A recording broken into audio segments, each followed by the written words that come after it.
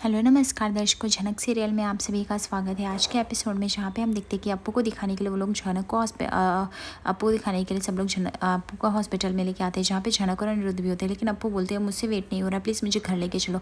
जहाँ पे लॉलन बोलता है बस करो अप्पू, बहुत मनमानी कर लिया, तुम्हें थोड़ी देर वेट नहीं करने होता, तुम्हारा सर दुख रहा है ना। अप्पू बोलती मैं ठीक हूँ, मैं कितनी बार बोल रही हूँ यहाँ पे हॉस्पिटल में लाए, वो बुला भी नहीं रहा, कितना बोर हो रहा है, चलो ना घर लेके। लालन बोलता है प्लीज़ अनीता आप इसको समझाइए, क्या जिद लगा के रखिए, इसको थोड़ा टाइम भी वेट करने नहीं होता है क्या। अनिरुद्ध बोलता है प्लीज़ अप्पू दीदी थोड़ा तो वेट कर लो, हॉस्पिटल है ना इसलिए ऐसा होता है, अभी डॉक्टर आपको बुलाएंगे। तभी अप्पू बोलती है अच्छा तुमको बहुत बोली आ रही है। जनक बोलती है अप्पू दीदी आप ऐसी शैतानी करेंगे तो हम आपसे बात नहीं करेंगे। अप्पू बोलती है ये देखो इसको बहुत वो हो रहा है, ये कितना बातें कर रही है। काजोल बोलती है अप्पू प्लीज़ अब तुम मान जाओ, अब तुम ऐसी हरकतें करोगी ना तो चलेगा नहीं। अगर तुम्हारे तो सर में बहुत दिनों से दर्द हो रहा है ना और तुम गाना भी गाने नहीं होता है तो हमें डॉक्टर को तो दिखाना ही पड़ेगा ना। तभी अप्पू बोलती अच्छा तो तुम अभी मुझे सिखाओगे। काजोल बोलती अगर तुम ऐसा करोगे मैं तुम्हारे घर आना छोड़ दूंगी, इसलिए शांति से बैठो। अनिरुद्ध बोलता है प्लीज़ अप्पू दीदी शांत हो जाइए, अभी डॉक्टर बुला ही रहा होगा। तभी यहाँ पे अप्पू बोलती अच्छा झनक तुम बहुत डांट रही हो ना मुझे, अच्छा हुआ मेरे भाई ने तुम्हें फंसा लिया, अब तुम मेरी भाभी बन जाओगी, फिर मैं तुम्हें बताती हूँ तुम मुझे कैसे डांटोगी। तभी यहाँ पे झनक बोलती ठीक है अप्पू दीदी, बट आपके ट्रीटमेंट के लिए ज़रूरी ना, अभी शांत हो जाइए आप प्लीज़। तभी यहाँ पे हम देखते हैं अनिरुद्ध बोलता है अप्पू दीदी कि लीजिए अप्पू दीदी आप चॉकलेट खाइए, ठीक है शांत हो जाए। तभी यहाँ पे बोलती है अरे क्यों डॉक्टर को दिखा रहा हूँ, मुझे पता है मुझे कहीं चक्कर नहीं आएगा, क्योंकि मुझे पता है मैं कुछ दिनों में मर जाऊंगी। लालन बोलता है देखा अनिता, देखा ना आपने इसने कैसे अभी बोला, ये हमेशा ऐसे बोलती रहती है। तभी यहाँ पे बोलती है अरे यार तुम लोग क्यों नहीं समझते हो, मैं सच बोलती हूँ, मुझे सब कुछ पता है। तभी अनिरुद्ध बोलता है मैं रोज़ चॉकलेट ला के दूंगा, लेकिन अप्पू दीदी प्लीज़ अपने जहन से ये बात निकाल दीजिए, आप प्लीज़ बार बार ये सब बातें मत बोला कीजिए।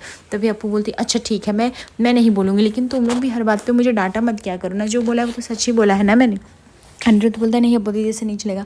दूसरी तरफ हम देखते हैं यहाँ पे विनायक जो था वो अर्शी को और उसकी मॉम को समझा रहा होता है कि सृष्टि जो तुमने किया ठीक नहीं किया, बेटा सच सच बताओ ये सृष्टि का किया धरा है ना, मुझे सब कुछ पता है कि सृष्टि तुम्हारी माँ ने ही भड़काया रहेगा तुमको इस काम के लिए। तभी यहाँ पे अर्शी बोलते बिल्कुल भी नहीं पापा, ऐसा ऐसा बिल्कुल भी नहीं है, मुझे भड़काया नहीं है मैंने। सृष्टि बोलती है अप्पू खुद अर्शी अडल्ट है और वो खुद भी कुछ भी कर सकती है उसे जो चाहिए। तभी यहाँ पे उस विनायक को गुस्सा आता है, विनायक बोलता है मैं चाहते तो बहुत कुछ बोल सकता था, सृष्टि तुम्हारा सच सामने ला सकता, बट सिद्धार्थ है इसलिए मैं कुछ बोलूँगा नहीं। तभी सिद्धार्थ बोलता है मैं आई को। तभी यहाँ पे सृष्टि जो थी मना कर देती, बोलती नहीं सेठ अभी तो तुम हमारा कल और परसों तक दामाद हो जाओगे, तुम्हें जाने की कोई ज़रूरत नहीं, तुम यहीं रहो। विनायक बोलता है देखो बेटा तुम्हें अगर डाइवोर्स देना, तुम अगर अपनी बेटी मुझे अपना पिता मानती हो और मैं तुम्हें अपना बेटी मानती हूँ तो प्लीज़ मेरे घर चलो साथ में। अब तुम अनिरुद्ध को डाइवोर्स दे तो तुम्हें अगर सेठ के साथ दोस्ती कायम रखनी रखो, मुझे कोई दिक्कत नहीं। दूसरी तरफ यहाँ पे अप्पू बोलती है अच्छा ये बताओ मैं अगर डॉक्टर के पास जाऊँगी मुझे इंजेक्शन नहीं लगना चाहिए, सबकी गारंटी रखो तुम लोग, ठीक है। और अच्छा हुआ कि तुम मेरे भाई की ज़िंदगी में आ भी, वो मेरा भाई कितना खुश रहने लगा है, देखो देखो कितना खुश रहने लगा। और वैसे मेरी माँ ने जो गिफ्ट दिया वो अच्छा लगा कि नहीं लगा। तभी वो बोलते हाँ हाँ बड़ों माँ ने जो दिया गिफ्ट अच्छा लगा। बोलती है अरे नहीं नहीं मेरी नूतन माँ ने जो दिया, मैं अपनी माँ की बात कर रही हूँ, मुझ पे जिम्मेदारी है, मुझे माँ को संभाल लिया, अब वही मेरी माँ थोड़ी है। तभी यहाँ पे काजल बोलती देखा अभी इसकी जिम्मेदारी बहुत ही हो रही है। तभी और वैसे भी मेरे मरने के बाद आपको सबका ख्याल रखना, मैं जब मर जाऊँगी तो काजल ही इन सब परिवार का पूरा ख्याल रखेगी। लालन को गुस्सा आने लगता है। तभी यहाँ पे अप्पू जो थी लालन का गुस्सा शांत करने लगती है, बोलती चुप हो जाओ और बंगाली में गाना गा के।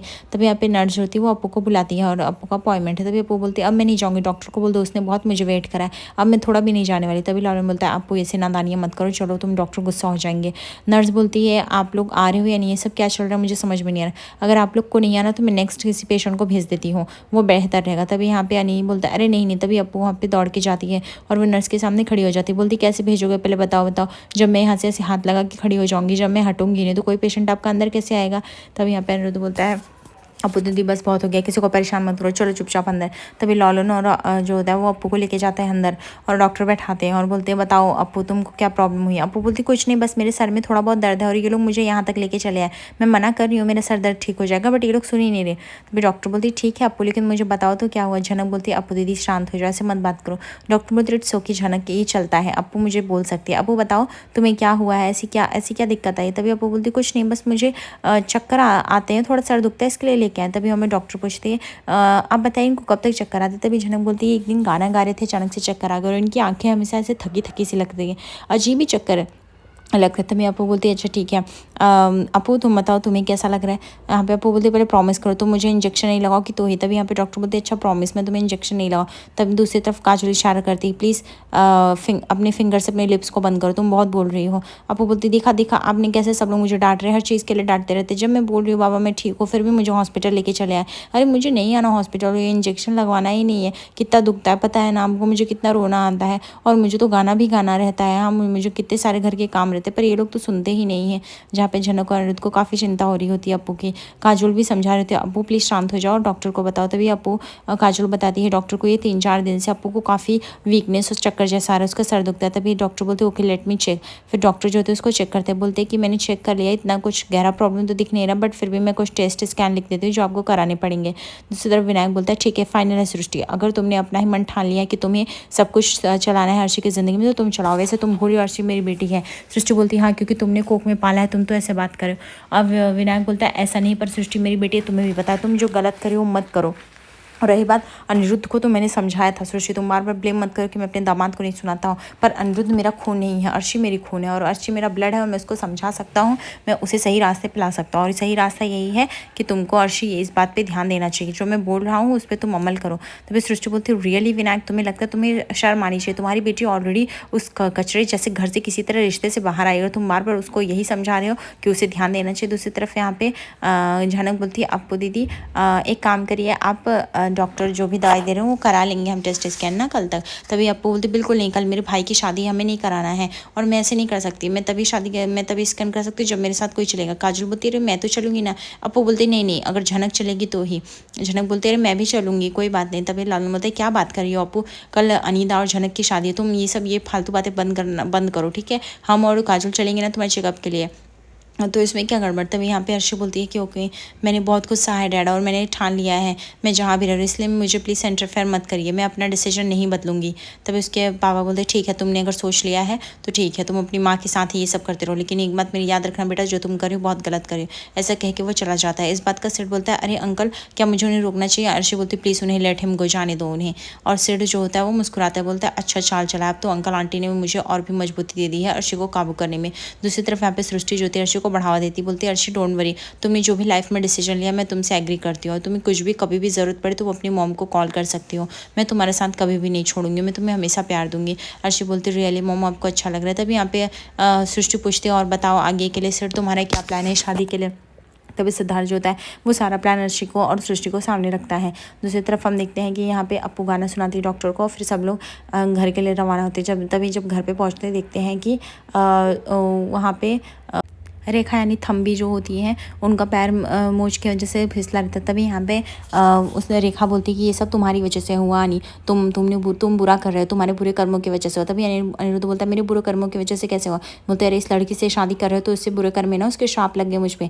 तभी अनिरुद्ध बोलता है ये सब क्या नाटक चल रहा है। तभी यहाँ पे बबलू समझाता है कि अनिरुद्ध क्या हुआ कि माँ अचानक से शायद फिसल गई, उन्हें चोट लग गया, उनके पैर में बहुत ज़्यादा दर्द है और वो हॉस्पिटल जाने को रेडी नहीं। तभी अनिरुद्ध बोलता है मेरे अगर बुरे कर्म होंगे और मैं कुछ गलत कराऊंगा तो उसकी सजा आपको क्यों मिलेगी, हमें मिलेगी। ये सब आप किस लॉजिकल बातें करी मुझे कुछ भी नहीं समझ में आ रहा है। तभी यहाँ पे झनक बोलती मैं क्या ठीक कर सकती हूँ, क्या इनको कैसे मोच लगी बताइए। हमारे गांव में ना एक तेल बनाते थे जो कि तेल के नुस्खे बहुत ही ज़्यादा काम करते थे, अगर आप लोग बोलो तो मैं वो तेल लगा देती हूँ। तभी यहाँ पे औरत बोलती है यानी रीता कि कोई ज़रूरत नहीं है, प्लीज़ इसको बोलो ये और इस लड़की को दूर रहने के लिए, अभी ये मेरे पास ना ही आए तो ही बेहतर है। तब यहाँ पे अनिरुद्ध बोलता है झनक जब ऑलरेडी सब लोग तुमसे दूर रहने के लिए बोलो तुम क्यों जा रहे हो, तुम कुछ भी ऊंच नीच हो गया गड़बड़ हो गई सब लोग तुम्हारा गला पकड़ेंगे, तुम्हें क्यों नहीं बात समझ में आती। तभी यहाँ पे मृणाली भी समझाती है सोनम आप ऐसे क्यों कर रहे हो। तभी वो बोलती नहीं मुझे नहीं करा रहा है इस लड़की से मालिश, तुम लोग क्यों नहीं बताते। अनिरुद्ध बोलता है प्लीज़ झनक मैं तुम्हें रिस्क में नहीं डाल सकता, जब ये लोग तुम पे अभी चढ़ बैठ रहे हैं जबकि तुमने कुछ किया नहीं, कुछ भी ऊंच नीच होगी तो तुम्हारा गला पकड़ेंगे, तुम समझो प्लीज़ झनक ट्राई टू अंडरस्टैंड।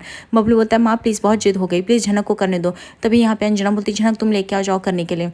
दूसरी तरफ हम देखते हैं कि यहाँ पे तनुजा बोलती बहुत अच्छा नहीं तुम डिफेंड करो। अनि बोलता है जब आप लोग की नज़र लगेगी तो मुझे डिफेंड करना ही पड़ेगा, उसमें क्या कर सकते हैं। तभी यहाँ पे उसकी माँ जो बोलती है छोटान मुझे बहुत दर्द हो रहा है प्लीज़ मुझे कुछ तो बताओ। तभी छोटान बोलता है आप कहीं गिरे थे बताओ। तभी उसकी दादी को याद आता है, उसकी माँ को बोलती है हाँ शायद मैं बाथरूम में गिर गई थी। दूसरी तरफ हम देखते हैं कि यहाँ पे छोटान बोलता है तू क्यों नहीं चाहता माँ की मालिश करे झनक। यहाँ पे अनिरुद्ध बोलता है मैं चाहता हूँ लेकिन अभी दादी का गुस्सा देख रहे हो, आप कुछ भी बोलेंगे तो वो झनक पे इल्ज़ाम लगा देंगे जो कि मैं नहीं चाहता, झनक ने ऑलरेडी बहुत गुस्सा है। झनक बोलती है सर जी प्लीज़ मेरा यकीन करिए मैं घाव ठीक कर दूँगी, आपको मुझ पर भरोसा है ना तो प्लीज़ आप निश्चिंत रहिए मैं घाव ठीक कर दूँगी। तभी यहाँ पे सोना माँ जो होती है उसकी बोलती है प्लीज़ इसे हटाओ बबलू, इसे हटाओ, बड़ी बहू हटाओ, अभी ये मेरा पैर जला देगी। तो तभी बिपाशा बोलती हाँ उनको पता होना चाहिए, उनकी सेंसिटिव स्किन, ऊपर से गरम गरम तेल लगाएगी तो जल गए, छाले आ गए। तो तभी यहाँ पे झनक को गुस्सा आ जाता है, बोलती है बिपाशा भाभी कुछ तो शर्म कीजिए प्लीज़, अपनी अपनी सेल्फ रिस्पेक्ट ले तो शांत हो जाए। आप सर जी की भाभी हैं लेकिन अभी भी तहजीब और तमीज़ दोनों भूल चुकी हैं लगता है। उसके बाद बिपाशा जो होती एकदम से शांत हो जाती है। अनिरुद्ध भी बिपाशा को घूर रहा होता है। दूसरी तरफ हम देखते बिपाशा बोलती अच्छा तो तुम लोग को लगता है कि मैं गलत बोल रही हूँ और आप लोग, मुझे समझ में नहीं आता इसको झनक को बढ़ावा क्यों दे रहे हैं, मुझे तो अभी भी नहीं समझ में आता है। इसके करने से ही तो सब काम बिगड़ रहे हैं। तभी यहाँ पे झनक जो होती है बोलती कि अभी मैं इससे ज़्यादा आपको कुछ भी नहीं समझा सकती। अंजना बोलते हैं कि तुम शांत रहो झनक, तो तुम शांत रहो बिपाशा तो ही बढ़िया है, क्योंकि तुमने वैसे भी बहुत सारी उथल पुथल मचा दी है। अनिरुद्ध बोलता है इसीलिए मैं बस झनक को मना कर रहा था कि झनक काम करने गई नहीं कि सबने इल्ज़ाम लगाना शुरू कर दिया, पर झनक मेरी बात ही नहीं सुनती, दूसरों का दर्द देख के वो भाग उठती है और यही उसकी गलती है जिसकी वजह से वो बार बार फंस जाती है। झनक बोलती सर जी प्लीज़ आप मेरा काम करने दीजिए। तभी यहाँ पे मृणाली बोलती सुना माँ अभी आपको दर्द है ना, प्लीज़ पैर को दीजिए, अगर आपको थोड़ा भी दर्द ऐसा लगता है कि झनक नहीं कम करती तो हटा दीजिएगा। तभी यहाँ पे बिपाशा जो थी अपना पक्ष निकले, तनुजा को बोलती देख रहे हैं काकू सब लोग मुझे इल्ज़ाम लगा रहे हैं। तभी पे मृणाली बोलती जब तुम सबके पक्ष में जाके सबको हमेशा निष्फल करती रहोगी तो तुम्हारे साथ यही होगा ना बिपाशा, हमेशा तो तुमने यही सब किया है। बिपाशा की बोलती बंद कर दे। तभी बिपाशा बोलती अच्छा तो आप सब लोग मुझे मिलकर सुनाएंगे। तभी अंजना बोलती बिपाशा तुम घर के मैटर में ना ही बोलो तो बढ़िया है, वैसे भी तुम्हें बोलने के लिए किसने राय दी है। बबलू बोलता है हाँ बिपाशा वैसे भी तुम इस घर में कुछ दिनों के बाद चली जाओगी, लाल वैसे भी तुम्हें बीवी के रूप में एक्सेप्ट कर नहीं रहा है, डाइवोर्स के लिए उसने अप्लाई कर भी दिया है। अंजना बोलती तो भी बिपाशा तुम्हें शर्म आनी चाहिए, लेकिन ये बात तो हमें ये सब बातें और ये सब तरीके बहुत पहले कर देनी चाहिए थे, लेकिन हम लोग भूल गए जो अभी कर रहे हैं। तभी बोलती देख रही काकू ये लोग कैसे बात करें मुझसे। तनुजा बोलती तो मैं क्या ही करूँ, जब लाल तुम्हारा पति हो कि वो साथ नहीं देना चाहता, तुम्हारे साथ नहीं रहना चाहता, तो मेरे जोर ज़बरदस्ती करने से कैसे तुम इस घर में रह सकती हो। हाँ अगर लाल रखना चाहता तो शायद मैं ज़ोर ज़बरदस्ती कर भी लेती, और वैसे खुद को देख लो मेरी खुद की भी नहीं चलती है। जब मेरा बेटा मुझसे ही नहीं संभाला जा रहा है तो मैं दूसरों को क्या बोलूँगी जब वो मेरे ही कंट्रोल में नहीं है। तो ये सब बातें दूसरों को कह के मुझे कुछ फ़ायदा है क्या, बिल्कुल भी नहीं। और ऊपर से ये लड़की भी मुझे नहीं पसंद, पर ये घर की बहू बनने वाली है। तभी यहाँ पे मृणाली बोलती है बस करो बिपाशा बहुत हो गया तुम्हारा, बहुत नाटक कर लिया, अभी शांत हो जाओ। तभी यहाँ पे हम देखते हैं कि उसकी दादी बोलती है अरे लगता है मेरे चोट को बहुत आराम मिल रहा है। ये सुन के झनक को काफ़ी खुशी हो जाती है। झनक झूम उठती बोलती सच में दादी साहब मैंने बोला था ना आपको आराम हो जाएगा। मृणाली बोलती अब आपको झनक को गिफ्ट देना पड़ेगा जैसा कि हमने बोला था। तभी यहाँ पे अंजना बोलती है और वो गिफ्ट यही है कि आपको झनक और अनी की शादी में एकदम खुशी खुशी शरीक होना पड़ेगा और इससे ज़्यादा कुछ नहीं। तभी उसकी दादी बोलती है अरे अरे ये तुम लोग क्या करा रहे हो, मुझे लड़की नहीं पसंद है। तभी यहाँ पे झनक बोलती दादी आज नहीं पसंद, लेकिन आज नहीं तो कल आप मुझे आशीर्वाद देंगी अपना, मुझे सच में पता है। और वैसे आप अगर हमारी शादी में आएंगे तो मुझे बहुत ही दिल से अच्छा लगेगा, मुझे लगेगा कि आपका जो मैंने मदद किया था उसके लिए आपने उधार जो है वो किस्त में चुका दिया है। तभी यहाँ पे मृणाली भी उसको समझा रही होती है कि हाँ सोना माँ इतना गुस्सा ठीक नहीं है, शादी में ही तो आने को कह रहे हैं और क्या कह रहे हैं, वैसे भी इस लड़की ने आपका पैर तो ठीक किया, अब इतना ही सोच के आप चले आइए। तभी उसकी दादी बोलती है ठीक है अभी इतना ज़्यादा ज़ोर ज़बरदस्ती मत करो, मैं आ जाऊँगी, मैं तुम्हारी शादी की शरीक में जाऊँगी, पर फिर भी मैं इस लड़की को अपनी बहू नहीं मान लो, ये बात तुम लोग भी जान लो। तभी यहाँ पे सब लोग हंसते बोलते हैं हाँ माँ हाँ जैसा बोलोगी वैसा होगा, पर आप शादी में आ रहे हो ना, इससे ज़्यादा बड़ी खुशी क्या हो सकती है। झनक ज्योति एकदम खुशी से झूम उठती है क्योंकि उसका पहला ट्रायल जो होता है वो टॉप करता है। वो बोलती है कि बस दादी मैं ऐसे एक दिन आपका आशीर्वाद ले लूँगी, ये देखिएगा मुझे पता है, और आप मुझे ऐसे भरोसा करेंगी तो मैं आपका कभी भी दिल नहीं टूटने दूँगी। तभी यहाँ पे तनुजा बोलती है ये सब क्या कर रही है माँ, आप उस शादी में शरीक हो रही है। तभी यहाँ बोलती मैं क्या ही करूँ, तुमने कुछ ऑप्शन छोड़ा है, देखा ना तुमने इस लड़की ने कैसे अभी बोला।